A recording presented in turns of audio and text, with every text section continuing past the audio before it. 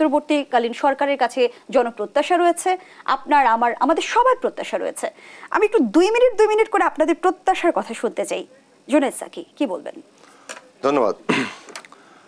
আমাদের সহ-আলোচক মাসুদ কামাল ভাই এবং যারা এই অনুষ্ঠান দেখছেন, আপনাদের সবাইকে সালাম এবং শুভেচ্ছা। দেখুন, আজ আমরা তো একটা ঐতিহাসিক সময় পার করছি। আমাদের এক জীবনে এরকম ঐতিহাসিক সময় খুব কমই আসে, এবং এই যে ঐতিহাসিক একটা অবস্থা, আমাদের শিক্ষার্থীরা, আমাদের ছাত্ররা এবং আমাদের জনগণ সম্মিলিতভাবে শিক্ষার্থীদেরই নেতৃত্বে বলবো যেটা তারা তৈরি করলেন। আবু সাঈদ যে সত্যি সত্যি রক্তে আগুন লাগিয়েছে, এবং তারপরে সর্বশেষ গত 4 তারিখে জুলফিকার শাকিল মাথায় যুবলীগের শটগানের গুলিতে 7 তারিখে 3 দিন লড়াই করে মৃত্যুবরণ করলেন। এই যে শহীদ, শত শত শহীদ, এরা আমাদের আগত সমস্ত প্রজন্মের কাছে এক বিরাট আইকন।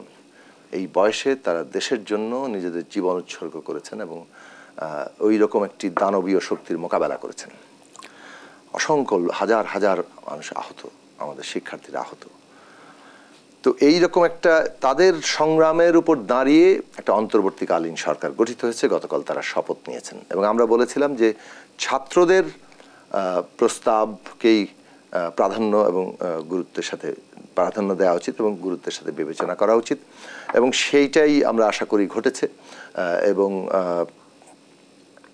গতকাল যে সরকার শপথ নিয়েছে, এই সরকারকে আমরা রাজনৈতিক দলগুলো, দেশের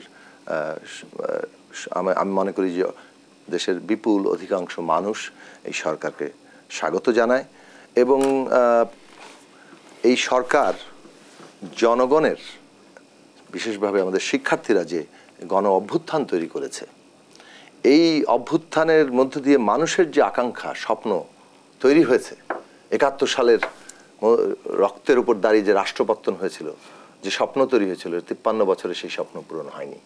নতুন করে আবার মানুষের স্বপ্ন তৈরি করা হয়েছে। এই সরকার সেই স্বপ্নকে বাস্তব রূপ দেওয়ার ক্ষেত্রে তাদের কাজ করবেন। এখন প্রথমেই আমি বলবো যে এটা একটা আসলেই যাকে বলে ডক্ট্রিন অফ নেসেসিটি, মানে আমাদের যে একটা এমন একটা পরিস্থিতি, যে পরিস্থিতিতে একটা শূন্যতা তৈরি হয়েছে, কারণ একটা সরকার পদত্যাগ করে চলে গেছে, এবং এই শূন্যতায় এই সরকার সামনে এসছে, এবং এটা জনগণের প্রত্যক্ষ সংগ্রামের সম্মতিতে এসছে।